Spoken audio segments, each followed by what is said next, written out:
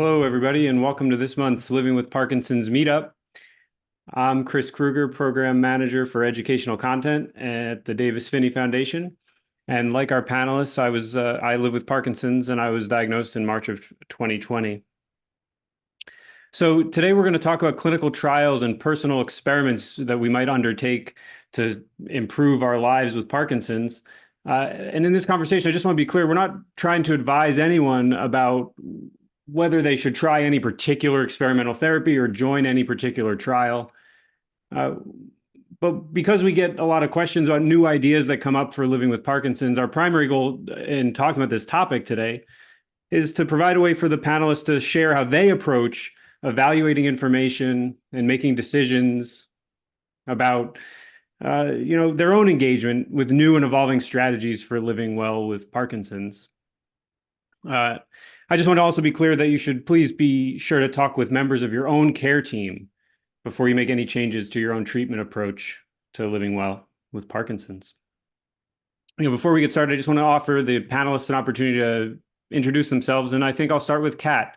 So Kat, just tell us where you're at, and maybe share a little bit about if you've undertaken any clinical trial participation or any other experiments that you've taken on, maybe with exercise or diet or anything like that. Okay. Hi, everybody. Happy New Year. It's nice to be here. Sorry I missed you all last month. I'm currently in Desert Hot Springs, which is near Palm Springs in Southern California. And let's see, I was diagnosed in 2015 at the age of 48. And I participated in a clinical trial, the SURE-PD 3 trial that lasted, I was in it for almost 2 years, and it was a double-blind randomized controlled study. So nobody knew whether I was getting a placebo or whether I was getting medication. And it was a good experience for me. I saw a research team. I don't know how much detail you want to know. Anyway, it was a good experience, and I can share more as the discussion goes on how that went for me. And it was I felt like I was really contributing something in those early years. So. Yeah, thanks, Kat. We don't need to go into any particular detail about this, at least not at the beginning. And maybe if something comes up, we'll go into more detail as the meetup progresses. But yeah, just a quick overview. If you participated, maybe some of us have not participated in any trials because we just decided that wasn't for us. So just trying to get a lay of the land here generally at the start. Yeah. I also did a bunch with the movement lab where they hooked me up to all kinds of electrodes and I walked around and tried to do times tables and long division while I was hopping over things and jumping rope. And anyway, I've had fun with it. So that's me. Yeah, I love that dual task work with physical therapists. Christy, tell us a little bit about your background generally and with trials and experiments and stuff. Hi, everybody. I'm Christy, and I'm in Troy, New York, and I'm actually, I have my PhD in cell and developmental biology. So, of course, I had to look for as many clinical trials as I could. But when I was diagnosed, it was during the end of the world, during COVID, like you, Chris. There wasn't much going on. It was a really weird time. So I can only find genetic studies to get involved in. So I did 3 of those, and I'm idiopathic. I don't have any genes that are related. So, but it's still useful to take part, even if you don't, just for them to, I'm happy that they have my DNA on hand, just in case they need it. So yeah, that was the first trial I got involved in as well, was a genetics trial, and I participated in 3 as well. So we're twinsies. And then other studies I wasn't eligible for because by the time I was diagnosed, I really had motor symptoms since like 2013. So by the time I was diagnosed, I really needed medication. So I didn't want to wait anymore for medication. Sure. Okay, Doug, you're next on my screen. How about you? Hi, everyone. Doug Reed from Lafayette, Colorado. I was diagnosed in 2010 when I was 36. And then got DBS in 2019. And so when I was first diagnosed and wasn't on carbidopa levodopa, there were various trials I was eligible for. The first one I participated in was high dosage of coenzyme Q10. And there were these little wafer pills that tasted like maple candy. And I participated in that for 6 months or 9 months or so, and then the trial was canceled because it wasn't showing any benefit. And then I participated in another trial for some drug that was considered to be disease modifying. And it was these little vials with coconut oil, which the drug was supposedly emulsified into. But coconut oil is a laxative. So that was a fun trial to be on. But as with that one was canceled before it was completed because it wasn't showing any benefit. Since then, I've had trouble with memory and organizing my thoughts. So I tried taking Prevagen for 2-3 months or so and didn't find any benefit at all. The one trial, personal experimentation I tried was before I broke my leg last March. I was exercising every day, sometimes for 2, 3, sometimes even 4 hours, and I was feeling great. And my symptoms were pretty well, my motor symptoms at least were pretty well controlled. So go exercise. Yeah, that's impressive. I didn't realize you were going so hard when right before that injury. Well, it wasn't all that intense. I'd sit on a stationary bike sometimes for 2 hours and just slowly pedal and read, but it was action, Yeah, activity. yeah, movement helps. Okay, so I see Sri on my screen now, and you have some updates, right? Because we haven't seen you for a little while. So what you been up to? I think I just needed a break from Parkinson's and advocacy. I was going through quite a tough time with some mental and emotional stuff. And my friends, I reached out to friends. One of them was Kat, one of them was Christy. And they told me, Shri, we think you're depressed. And I'm like, no, I'm not depressed. I'm just sitting in bed all day, not eating and not getting out for 4 or 5 days. That's not depression.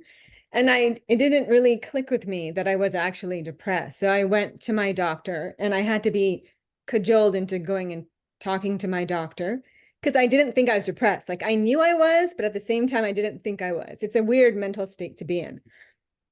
And then I also was resistant to medication as well. But Kat and Christy encouraged me to be open to that idea because I'm already on enough meds for me for Parkinson's.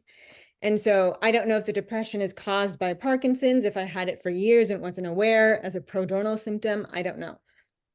I just know that I'm aware of it very fully now. And so I'm on medication now and it's helping, which is great. I'm actually excited about eating now and participating in life again. So that's good. Well, that's awesome. I'm so glad that you've had that experience and that you're back with us now. So it's great to see you again. Thanks for joining us again.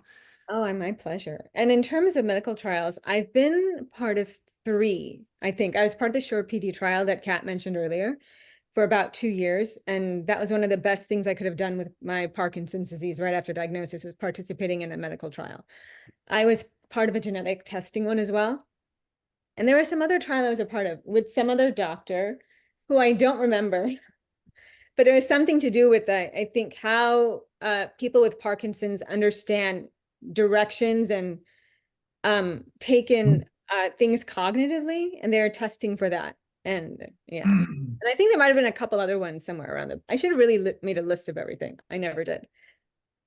Yeah, it can be hard to track all the things we try over time. I mean, the trials that are formal are a little easier maybe, but not always because there's so many little side shoots that can happen on trials. And then as far as the changes we make from time to time about exercise or diet or sleep and all the other things we can try, or it can be hard to track. Well, thanks for sharing. Tom, how you Chris, doing? how are you, buddy? Pretty good. Good to see you. Good to see you all too. Cat, love the hairdo. Looks nice. Yeah. Oh, hey. And Sri, I'm glad you're back with us. I can't hear you guys anymore, but okay. Let's see. I was diagnosed in 2008 when I was 48 years old. And I almost immediately got involved in clinical trials. One of the first ones I was in was rather evasive. It's similar to the one that Doug was talking about, but this was with sodium phenylbutyrate. And it was a trial that was being run here in Denver at the University of Colorado by the pharmacy chair of the pharmacy department of the school. And it really showed great signs of stuff. It was being tested. The phase I was in was the tolerance phase. So they took a small group of people, about 13 of us, and they wanted to test your level of tolerance through the periods of the dosage. So they started with the low dosage, went to high dosage. By the time I got to the high dosage, my blood pressure went off the charts.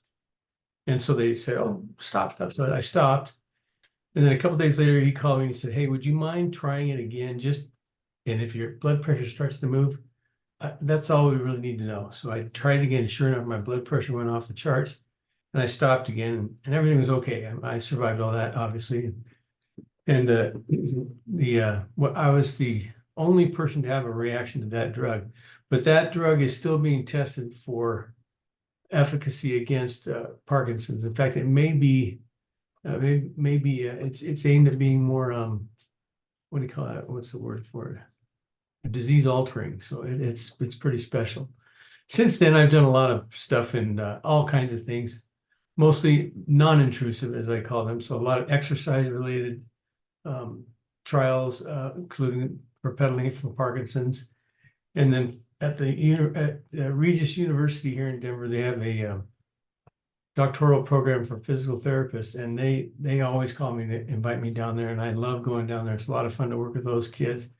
And in fact, I'll be doing one all day Saturday this weekend, which will be, like I said, it's fun to do. So, and I think the most important message I want to communicate to everyone today is, if there's not if you don't think clinical trials are for you, think again, because there's thousands of different kinds of trials. There's anything from surveys that you can do.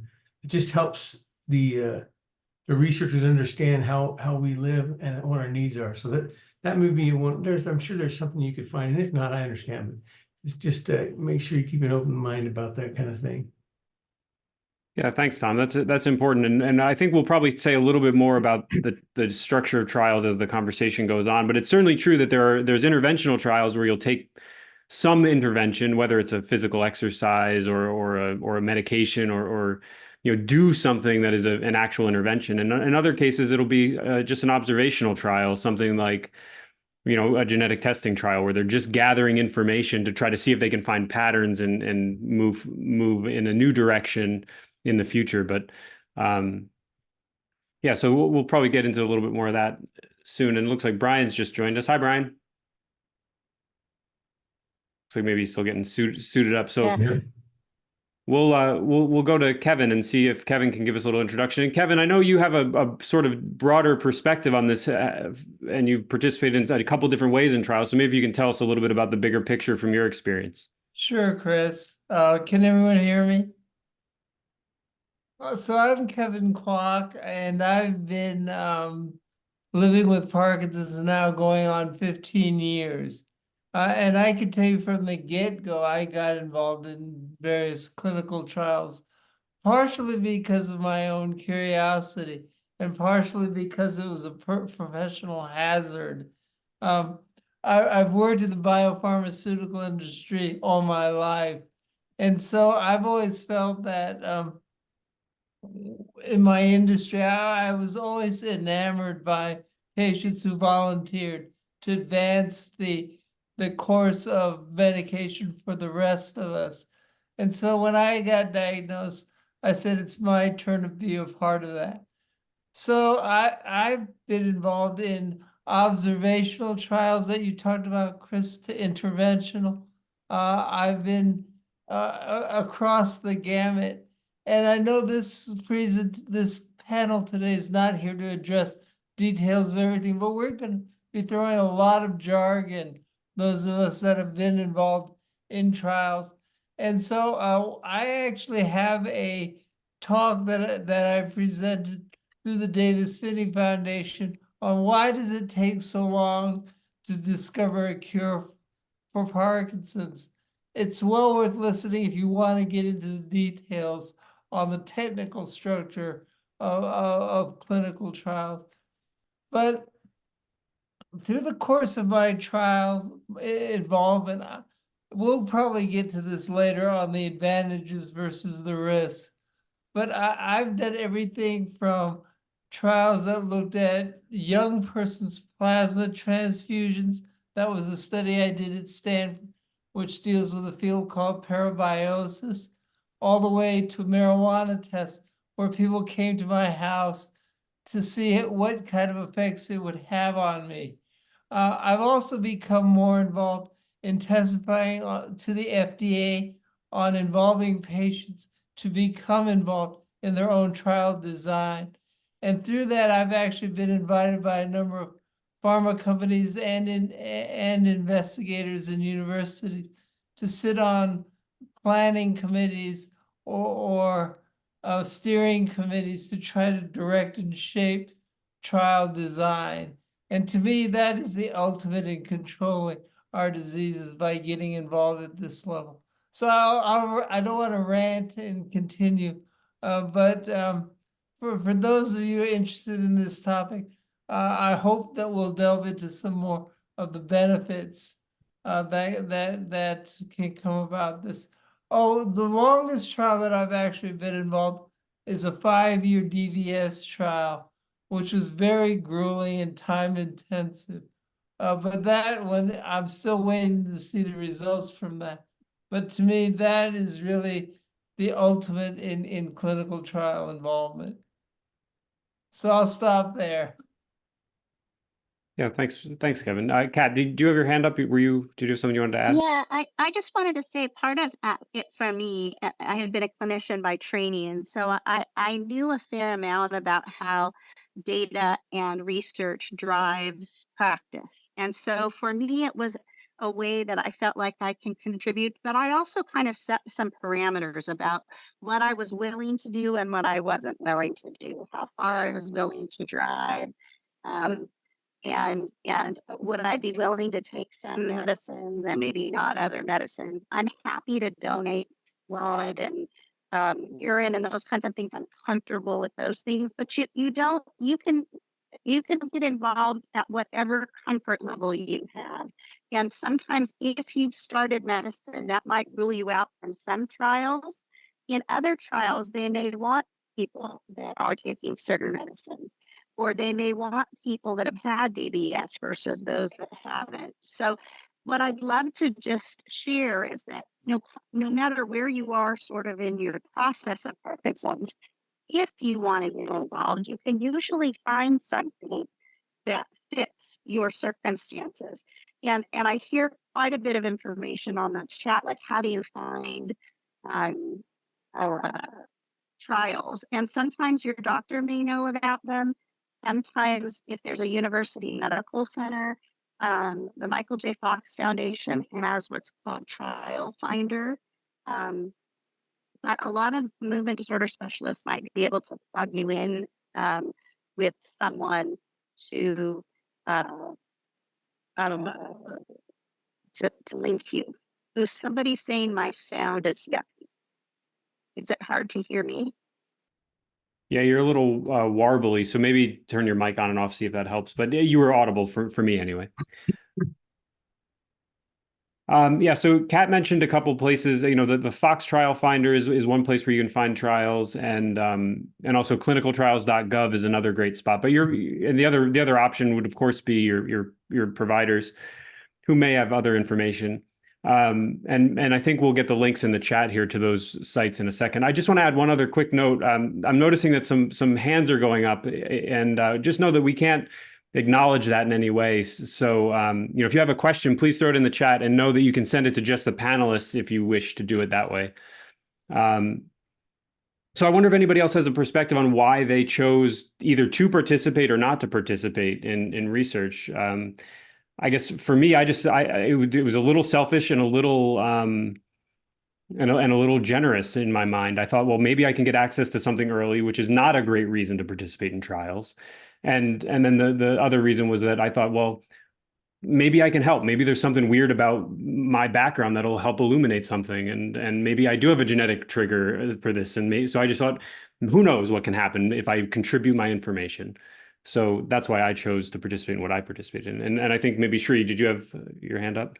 Yeah, I don't remember exactly why I participated in a trial. Looking back, I think it was because it's my way to understand more about Parkinson's disease and to have more access to medical staff and to kind of also give back, because if I'm not participating in a trial, then I felt I'm not doing everything I can do to find a cure, right? Because it's one of the main things they say that with the Parkinson's community is not enough people participate in trials. And the only way, well, one of the only ways we're going to find a cure is if more people participate and give data.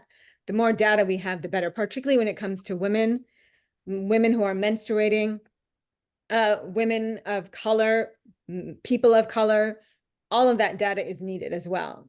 So I participated in the SURE PD trial. I think it was just maybe a couple months after I got diagnosed. I don't remember the exact timeline, but it was one of the best things I'd ever done in my entire almost a decade with Parkinson's disease. I had access to a doctor, to a trial coordinator, and I honestly think that level of care that I got in this specific trial is one of the reasons my Parkinson's did not advance as quickly. And I know many people say that when you get more care from your medical team and they are more invested in you, you actually, your symptoms, you're not as asymptomatic. It's basically what I'm trying to say. So it's to a benefit. It's a benefit to the Parkinson's community and to you as a person, I found.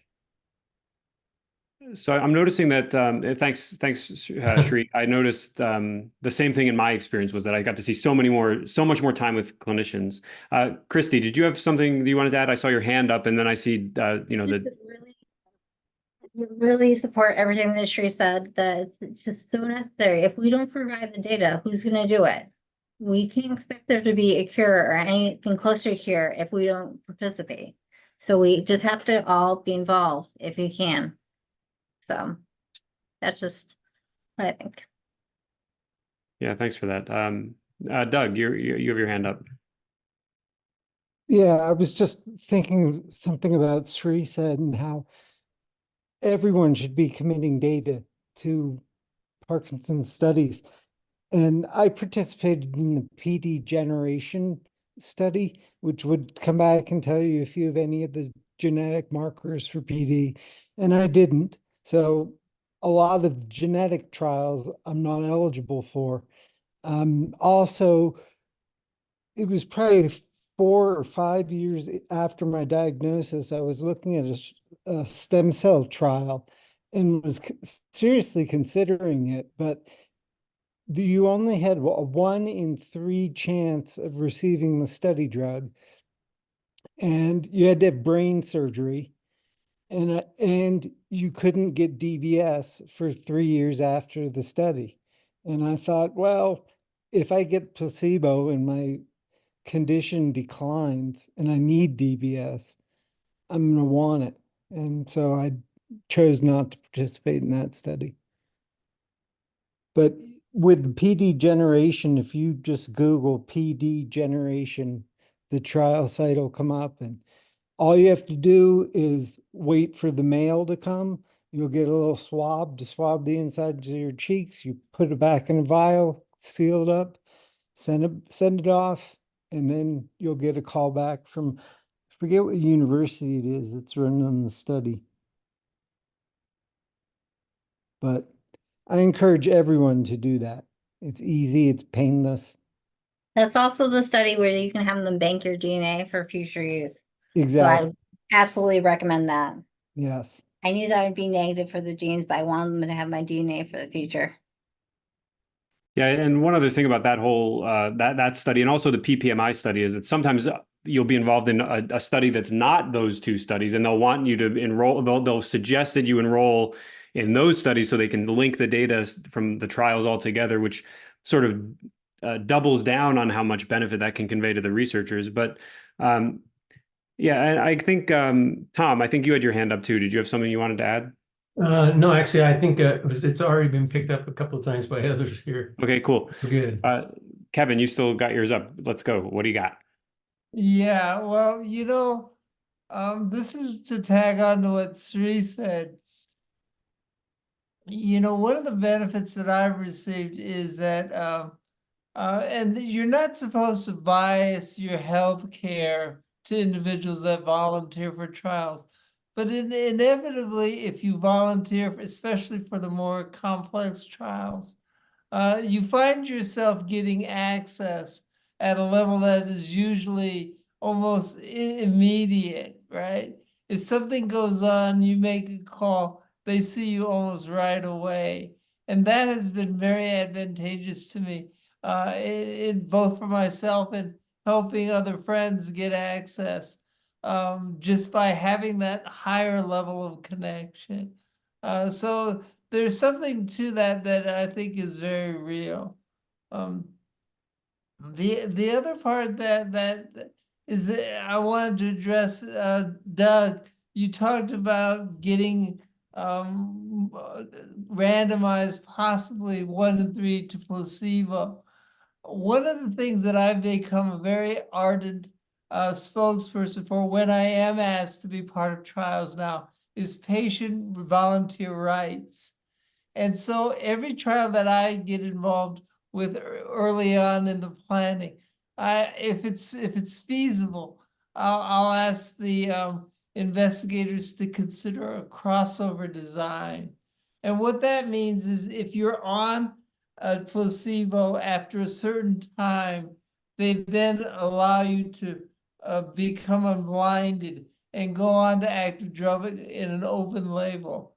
To me, I feel like if we're going to dedicate our bodies and our lives to volunteering for trials, I want to be part of trials where I have a chance to benefit from the intervention down the road. If it proves beneficial, Right. you have the option. That's the key part, right? Yes. Yeah, But it's a great point. it does have to, and you get involved in a lot of issues of complexity when you go from symptomatic drug trials to trials of disease modification, because there's statistical analyses that come into play. And so it's not always a hard and fast, black and white decision. But there are a number of questions to ask your investigator or the sponsors before you get involved, because frankly, there's so many trials out there that there are just not enough patients to go around.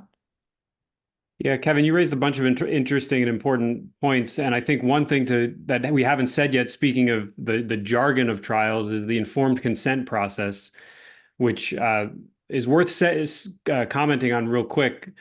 Any reputable trial will have a period at the beginning of the trial where you will be told all of the information about what you'll have to do for the trial and what the risks are, what the time frame is, how it'll work. You get a lot of information, and I think Becca had put a comment in the chat about not wanting to do have certain procedures as a part of participating in a trial, and that's the moment where you'll learn what procedures would be required of you.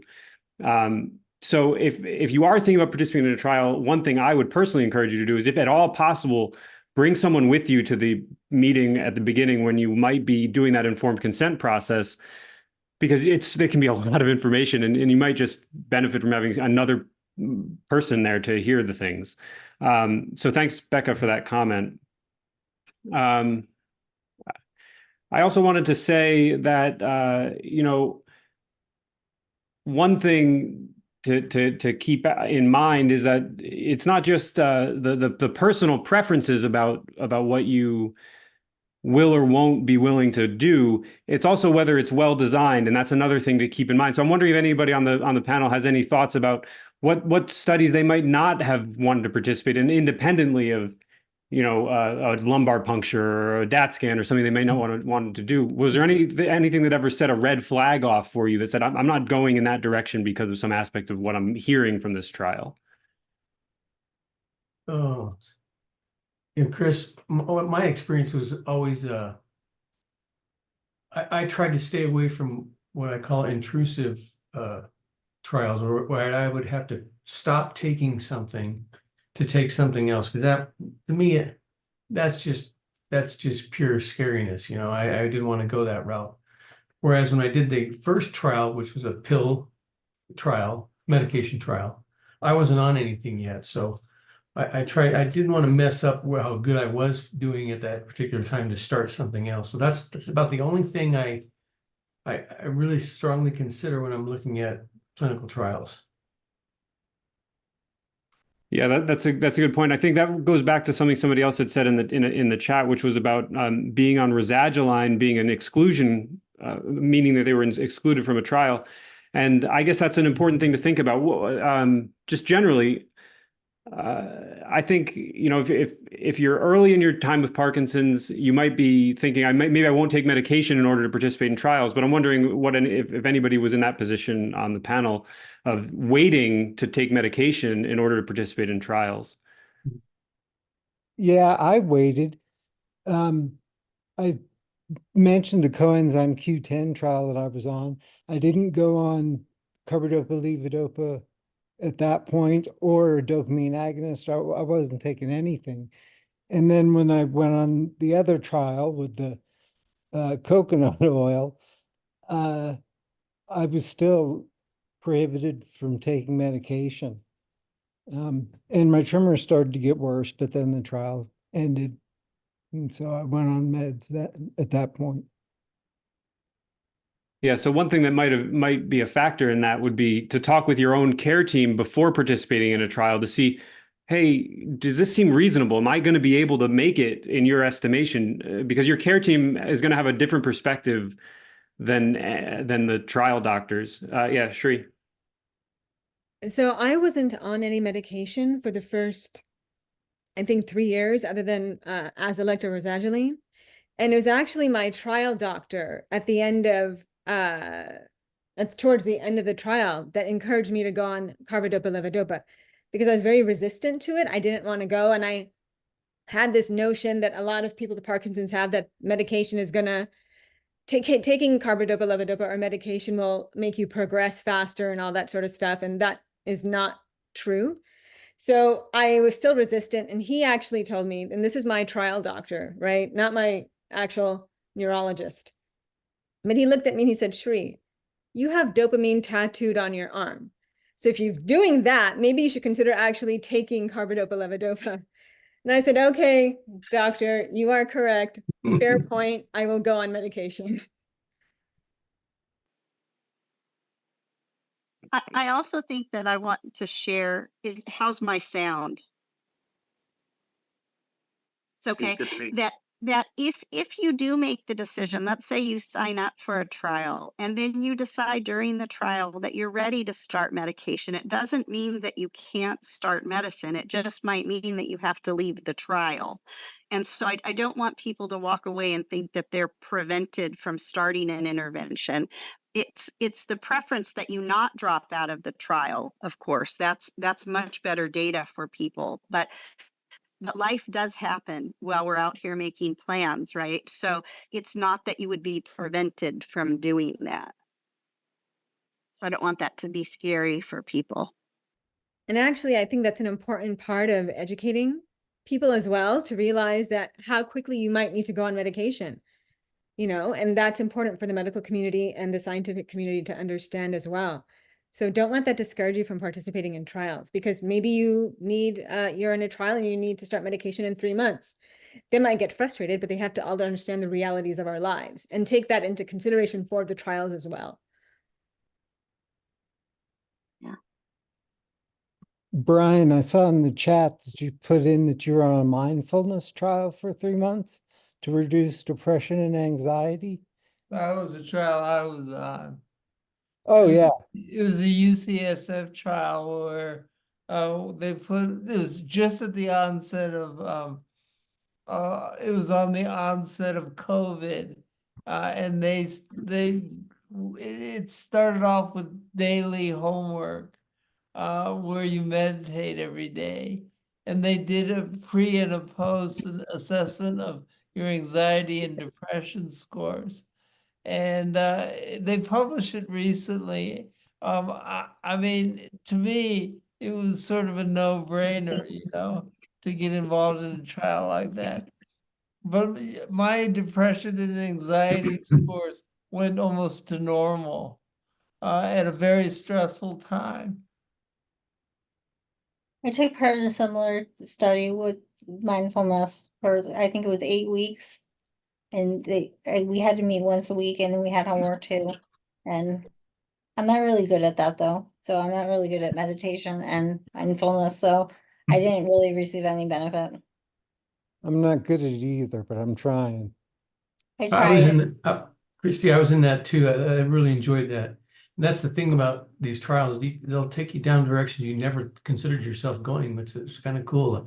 The whole mindfulness thing was really interesting to me, and it's really turned out to help me. I was also in a trial recently about breathing techniques, and that has really modified my health situation considerably. I had a lot of health challenges in 2023, and just learning how to breathe appropriately and properly to stay calm and collect myself has really helped a lot. So again, that wasn't necessarily aimed at Parkinson's, but it was certainly helped what I was doing.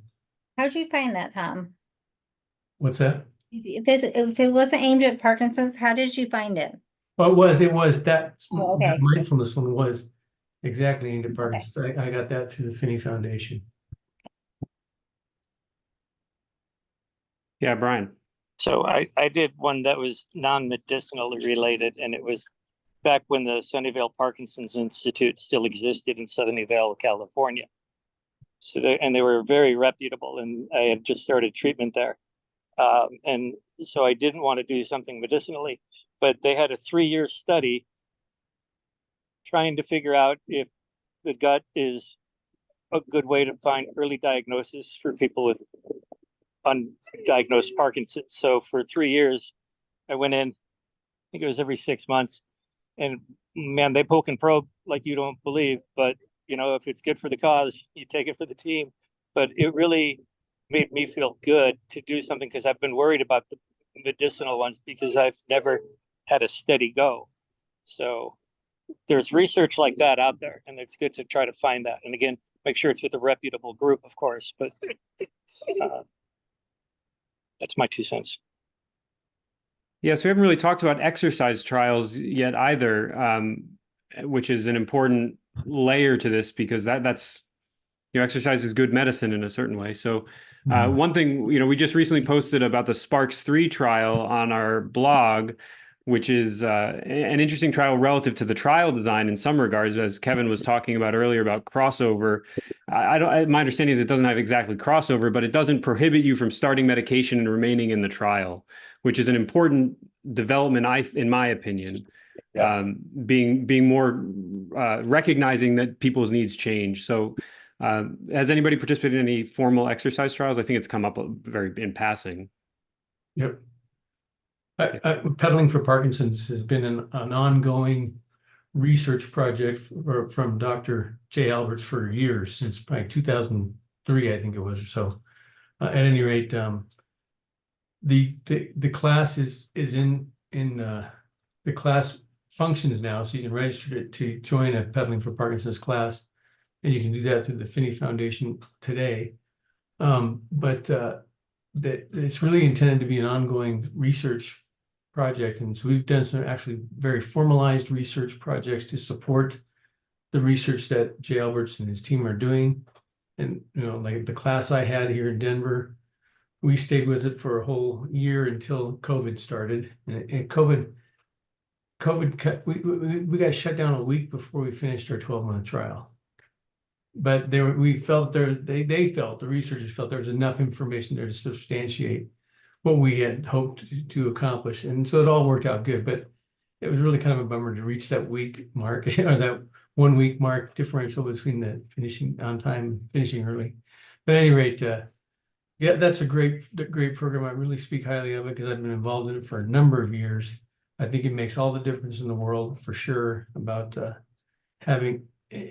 controlling not only my motor symptoms and those that are in the class with me, but also it helps keep you in a little bit better shape than normal, let's say, because you never know when you're going to need that. And after last year, it was a good thing I was in at least somewhat decent shape to survive some of the crap I had to go through. So anyway, that's an important thing to remember.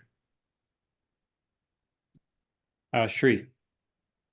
One thing I just thought of was that for the people who maybe feel they can't participate in a trial because of their progression of their disease or access or all sorts of things, there's a really easy way to still participate in giving data back, and that's by documenting your Parkinson's disease and your medication and your symptoms via apps. So there are several apps out there for Parkinson's disease. One is Strive PD, one is My Moves Matter. That is focused on women, but eventually it'll encompass men as well. And there's another one that just came out in December by this person who does a lot of work with Parkinson's UK. And he came up with that. He developed and launched his own app to help track medication. So there are things out there, you know, and all of these apps collect data on you. And with Strive PD, I think they're, if I remember correctly, they're connected with a lab, a research lab or something like that. So definitely think about using Parkinson's apps. And also, just as another point that I thought of, is that with Parkinson's, our daily lives are a trial, right? Every day we are trialing out medication, responses, exercise. So if you keep track of those things and mention it to your doctor, or if you have a blog and post about that things, all of that data is very important as well. You don't always have to go through a clinical trial, official one. I mean, it's great if you do, but there are other ways to document. And one thing I've noticed when I started documenting was, like for last week, I cut my medication almost in half because I tried to make an effort to sleep better. And instead of having to take 3 doses a day, I cut it down to 2. And I was surprised. Of course, I'm not out there running around and, you know, lifting up bricks and building walls. So if I had to do that, I would have to take 3. But just, you know, hanging out at home, doing my job, reading, writing, cooking, I was incredibly surprised. This week, it's not going that well, but last week was great. So these are the things that I think people can keep track of, whether it's a notebook or a notepad app or these apps. Well, it's great. I'm not sure, Sri, if one of the ones you mentioned is that was presented at WPC by I forget his first name is Boss, the guy who's in the European area, but he was talking about how they're going to have very soon where we'll have watches that will send our symptomology to our doctors regularly, and then that way, because he's saying how, you know, we all know the finger test, we all Starburst, you know, we all got that stuff down, and we present differently at the office than we do daily. And so he was saying with the watch, they can see all the things we don't remember to tell them, or they'll have a better record of it. So was one of those tests one of those? I think the goal with many of these apps, though, is to have data as patients that we can share with our clinicians about what we're doing. Long term, I think we're talking about systems that will be able to do that automatically. Right. I'm going to stop. Sorry.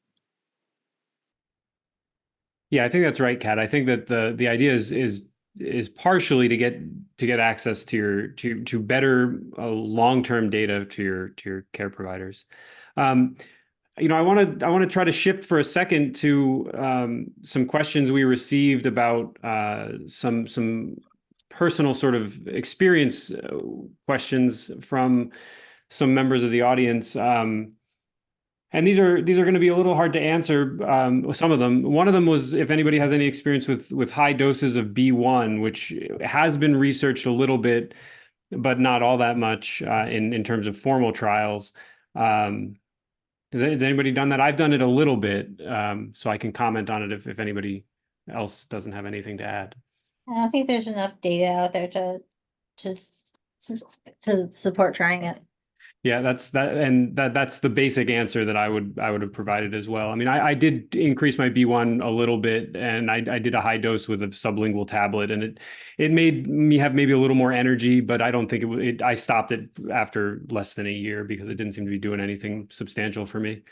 And I think that's the basic answer about a lot of these sorts of hot topics that sometimes come across your radar as a person with Parkinson's, is that there's really not a lot of data about the B yet about B1 or the red light helmets or that type of interesting ideas may be valuable, but my personal opinion is, and this is just my personal opinion, is that those things, I think we need more data Really before we should expensive. start.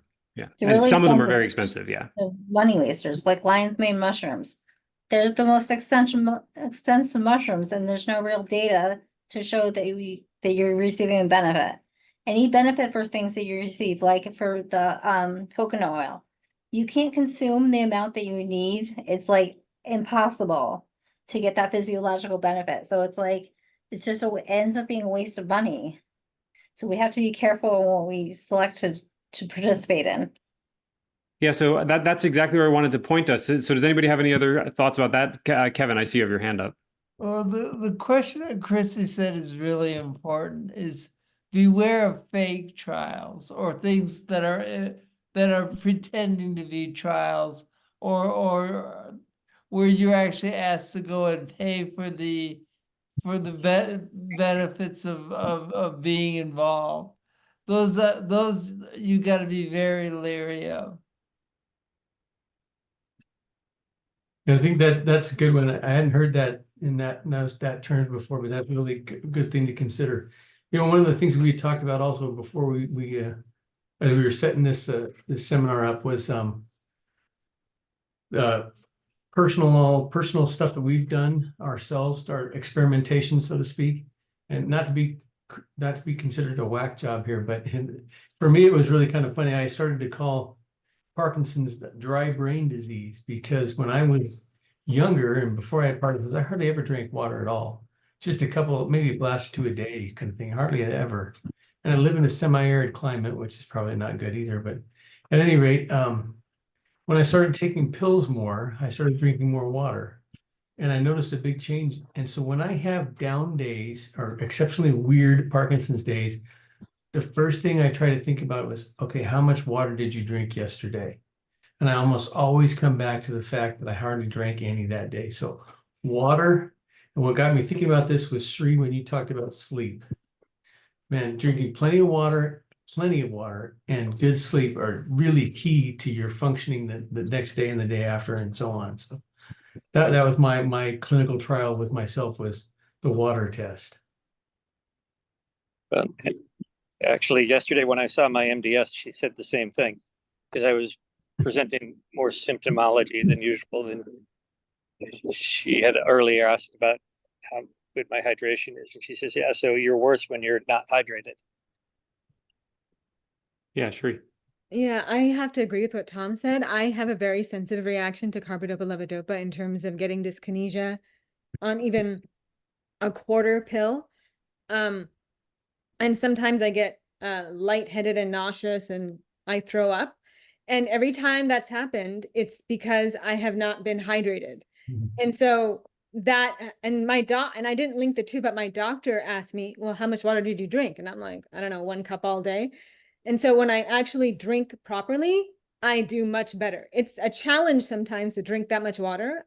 It really is, but it actually is much better for my body. So plus 1,000. It can be a challenge to drink that much. I recognize that for sure. It sure as hell is for me, but really good thing to know. Look at this guy drinking his soda over there. All right. Yeah.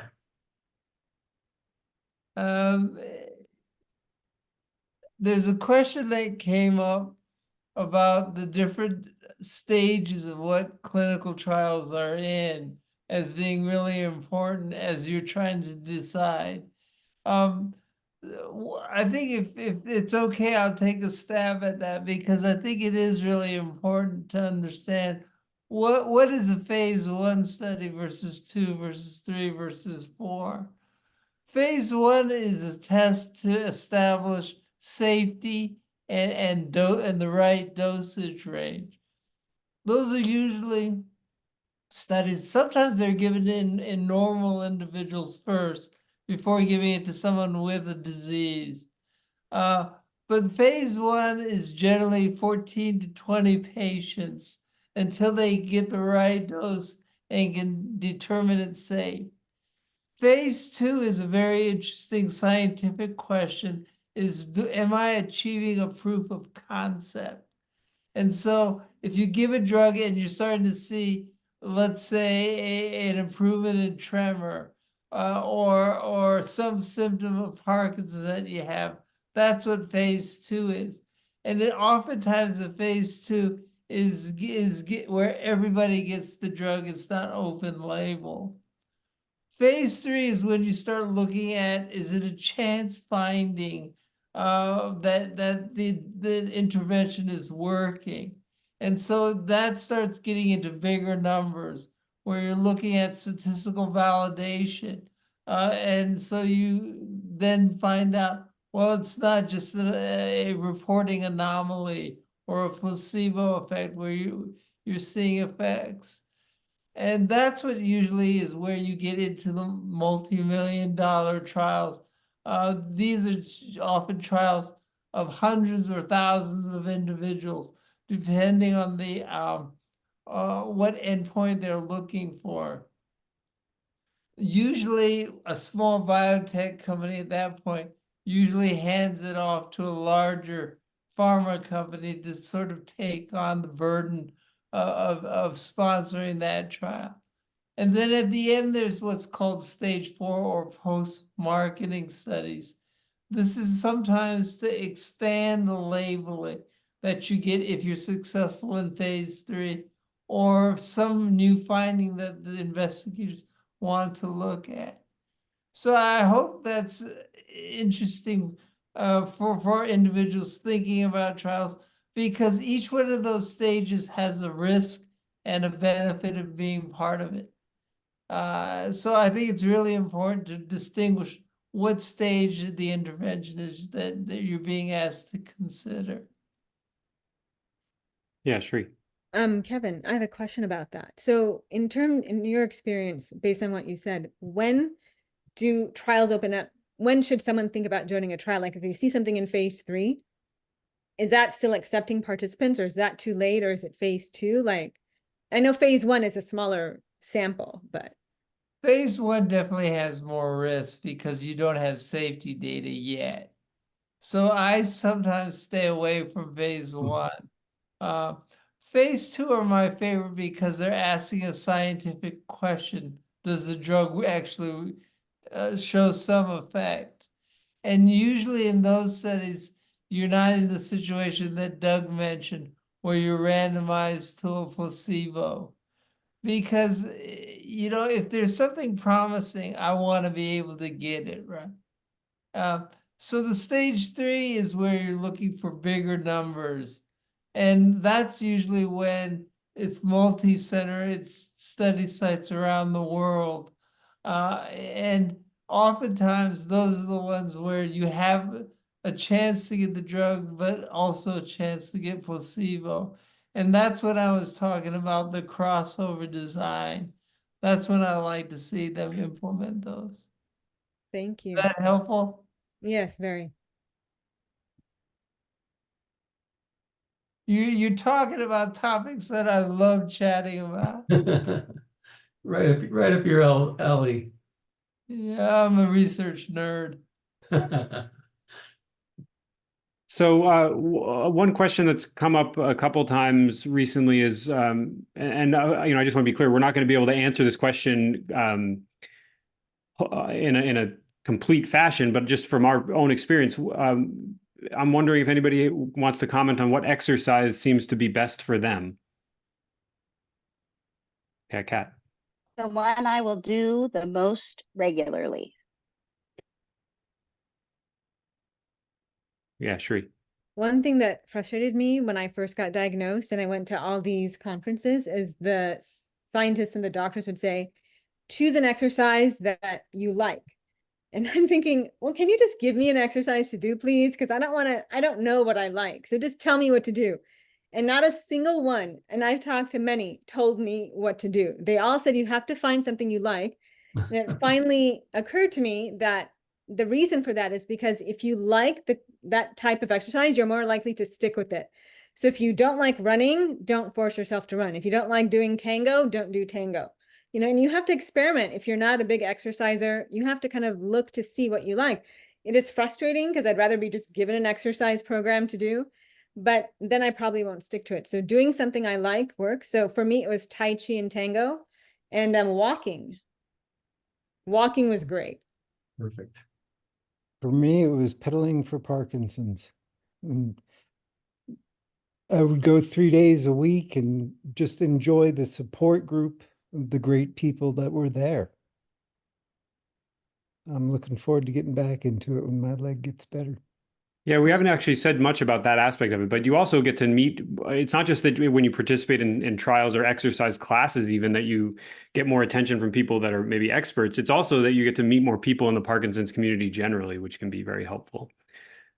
So anybody else have anything to add about the exercise? We didn't hear from Brian, Tom, or Kevin. I'm all about pedaling for Parkinson's, of course, but also I really enjoy boxing and just walking, like Sergey pointed out.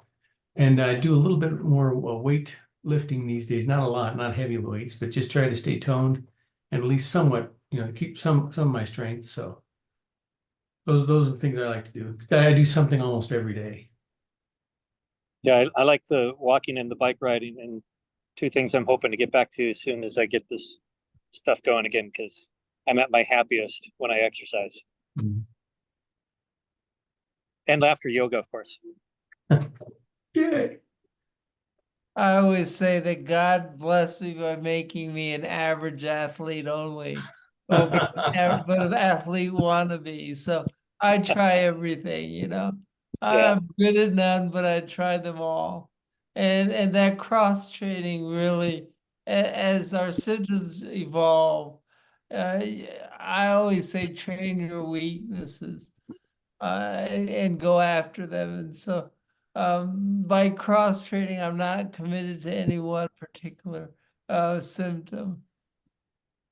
Yeah, I have an experience of that being helpful for me too. And by the way, I want to just add one quick note that I'm noticing that there's some great ideas coming up in the chat right now. So when I post a blog post about this webinar or this conversation, I'm going to include those items that are in the chat. So if there's something that works really well for you before we end, in just a couple minutes, we're coming up on the end here now, please go ahead and add what exercise you're doing that is helpful to you in the chat. And I'm noticing one I particularly like, which is gardening. I think that's a great thing that often gets overlooked, but there's a lot of mobility in that. And I want to give a shout out too to something else that's come up in the chat, which is rock climbing, which is actually really helpful for me. And it's also not as crazy as it sounds, maybe. So don't sleep on rock climbing. But we are at the hour, so I think we'll wrap it up and say thanks for joining us, and we'll look forward to seeing you again next month. Our next meetup is February 15th. And in the meantime, if you have any questions or if we can help you in any way, please reach out to us at blog@dpf.org. Thanks, everybody. Thanks, Chris. Yes.